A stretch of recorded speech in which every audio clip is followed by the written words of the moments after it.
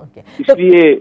میرا یہ point of view ہے کہ پہلے فیصلہ کر لیں اور اس کے بعد پھر معاملات کو آگے لے کر چلے. تو بیرسٹر صاحب آپ نے کئی بار یہ کہا ہے کہ 26ویں آئینی ترمیم جس طرح سے ہوئی ہے اور جو اب اس کی جس طرح سے امپلیمنٹیشن ہو رہی ہے اس نے عدلیہ کی ساکھ کو نقصان پہنچایا ہے. سو کیا عمومی طور پہ آپ یہ سمجھتے ہیں لیٹ سپوز کل کو تحریک انصاف بہت زبردست نمبرز کے ساتھ آ جاتی ہے تو آپ یہ سمجھتے ہیں کہ 26ویں آئینی ترمیم کو ختم کر دینا ہوگا پھر؟ جی میرا اپنا جو پوائنٹ آف ویو ہے وہ یہی ہے کہ الٹیمیٹلی فائنلی جو یہ 26ویں ترمیم میں جو کچھ ہوا اور جو اس کی امپلیمنٹیشن میں یا اس کے استعمال کرنے پہ نقصانات ہو رہے ہیں اس کو ٹھیک کرنے کے لیے 27ویں ترمیم ہی لانا ضروری ہوگی اور یہ پارلیمنٹ کا ہی کام ہے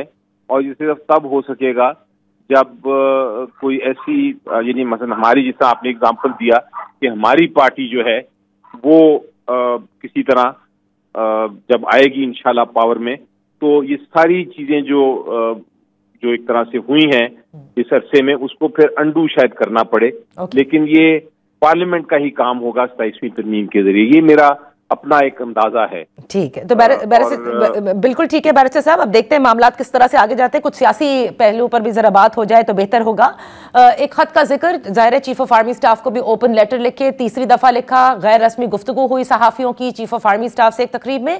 اور ان کا جو بیان تھا وہ بھی آپ کے سامنے ہوگا جس میں ان کا یہ کہنا تھا کہ نہ تو وہ پڑھیں گے اگر ایسا کوئی خط ملا اور اگر بھیجا بھی گیا تو پھر وہ پرائم منسٹر کو بھیج دیں گے. تو یعنی اس پورے سائٹ سے اب واضح ہو گیا ہے پاکستان تحریک انصاف پہ کہ وہاں سے کچھ معاملات حل نہیں ہو سکتے. نہ بات ہو سکتی ہے, بات الٹیمیٹلی ہونی شہباز شریف صاحب سے ہی ہے یا پھر مطلب کہنے کا یہ ہے کہ سیاسی لوگوں سے ہی ہے. تو آپ سمجھتے ہیں بیرسٹر صاحب کہ اب ناؤ آفٹر دس ریپلائی یہ اچھا ہوگا تحریک انصاف کے لیے کہ پھر اب ایک ہی چیز بچی یا وہ اس مذاکرات کو بحال کر لیں جو کمیٹیاں تشکیل ہوئی تھیں کیونکہ اسپیکر صاحب نے تو کہا ہم تحلیل نہیں کر رہے, یا پھر وہ جو پارلیمانی کمیٹی کا ایک پیشکش کی تھی وزیر اعظم نے اس کو ایکسرسائز کر لیا جائے؟ دیکھیں پہلی بات تو یہ ہے کہ جو خطوط خان صاحب لکھ رہے ہیں یہ اوپن لیٹرز کی شکل میں ہے. اوپن لیٹرز کا مطلب یہ ہوتا ہے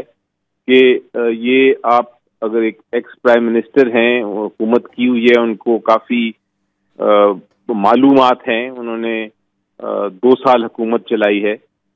تو ان کو اگر کوئی چیز لگتی ہے کہ کسی انسٹیٹیوشن جو پاکستان کی انسٹیٹیوشنز ہی ہیں کوئی ان کو آگاہ کرنا ہے حقائق کے لیے, حقائقوں کو نصیحت دینی ہے, کوئی مسائل ہیں, کوئی تنقید ہے, تو وہ پھر ایک اوپن لیٹر لکھ سکتے ہیں. اور اوپن لیٹر کا یہ مقصد نہیں ہوتا کہ آپ کوئی جواب چاہتے ہیں, یہ امید یہ ہوتی ہے کہ جو بھی نصیحت دی ہے اس اوپن لیٹر میں اس پہ عمل ہوگا. تو یہ اوپن لیٹرز انہوں نے چیف جسٹس کو بھی لکھے ہیں. انہوں نے دیکھا کہ کوئی جوڈیشری میں جو ایشوز ان کو نظر میں آئے ہیں اس پہ انہوں نے نصیحت بھی دی اور اس پہ تنقید بھی کی اور بات بھی کی. وہ اوپن لیٹر انہوں نے چیف جسٹس کو لکھ دیا. اسی طرح اوپن لیٹرز اگر ہم کوئی اپنی سیکیورٹی ایجنسیز کو لکھتے ہیں کہ سیکیورٹی کا ایشو ہے اس میں اس طرح ہونا چاہیے یا اس طرح نہیں ہونا چاہیے, تو وہ لیٹر انہوں نے لکھے اور وہ ان کا حق ہے یہ لکھنا. یہ اوپن لیٹر ہماری تاریخ میں بھی لکھے جاتے ہیں. بالکل آپ درست فرما رہے بیرسٹر صاحب. ٹھیک ہے اوپن لیٹرز میں جواب نہیں آتے لیکن دیکھیں جواب ایک طرح سے صحافیوں کے تھرو سمجھ میں تو آ گیا نا کہ الٹیمیٹلی وہ یہ کہہ رہے ہیں کہ آپ نے سیاست دانوں سے ہی بات کرنی ہوگی اور اس وقت جو بھی حکومت ہے اسی سے بات کرنی ہوگی. تو اب آپ کو نہیں سمجھتے کہ تحریک انصاف کو یہی راستہ اختیار کرنا چاہیے یا پھر ہم نے کیا تھا کوشش سیاسی لوگوں سے بھی بات کرنے کی, مذاکرات کی, لیکن وہ فلپ ہو گئے, فیل ہو گئے, ناکام ہو گئے. اور وہ اس لیے ناکام ہوئے کہ ہمیں یہ اندازہ ہو گیا کہ پہلی بات تو یہ حکومت کی نیت بھی نہیں ہے یہ مذاکرات کو کوئی کامیاب کرنے کی, اور نمبر 2 حکومت کے پاس اختیار بھی نہیں نظر آتا. اسی لیے ہم نے پھر اپنی اسٹریٹجی اب یہ کی ہے کہ ہم اپوزیشن کو اکٹھا کر رہے ہیں اور ہم اپوزیشن کے ساتھ مل کے آگے اسٹریٹجی بنائیں گے کہ ہم نے کس طرح اس کا جو ہماری جو پرنسپل سٹینڈز ہیں, جو اصولی سٹینڈز ہیں جمہوریت کے لیے, انسانی حقوق کے لیے, بنیادی حقوق کے لیے, الیکشنز کے لیے, ہم کس طرح اس کو کامیاب بنائیں گے اپنے جو مقاصد ہیں. اور اس اپوزیشن کا جو اتفاق ہوا ہے، ابھی اتحاد تو نہیں ہوا، اس اتحاد میں ایون اگر مولانا فضل الرحمان صاحب کی جماعت نہیں ہوتی تب بھی آپ سمجھتے ہیں یہی اب ایک اسٹریٹجی ہے جس کے تحت آپ لوگ آگے بڑھ سکتے ہیں؟ جی، اور انشاءاللہ JUI جو ہے وہ ہمارے ساتھ ہوگی، کیونکہ ہمارے پاس بہت سارے ایسے اصولی پوائنٹس ہیں جس پہ ہمارا اتفاق ہے. ہو سکتا ہے کچھ چیزوں پہ نہ بھی اتفاق ہو، وہ ہم سائڈ پہ کر سکتے ہیں، اور اسی طرح اپوزیشن بنتی رہی ہیں، اسی طرح اپوزیشن کے اتحاد بھی بنتے رہے ہیں.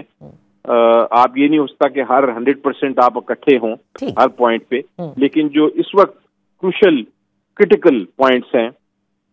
ان پہ میرا خیال ہے کہ اتفاق ضرور ہو سکتا ہے اور ہونے جا رہا ہے. صحیح. بیرسٹر صاحب ایک very quickly if you would like to respond to this, Sher Afzal صاحب کہتے ہیں مروت صاحب کے وکلا ملنے ضرور جاتے ہیں لیکن ان میں سے کوئی ایک ہی ہوتا ہے جو عمران خان کے وکیل ہوتے ہیں، بقیہ سارے کان بھرنے کے لیے جاتے ہیں. جی دیکھیں،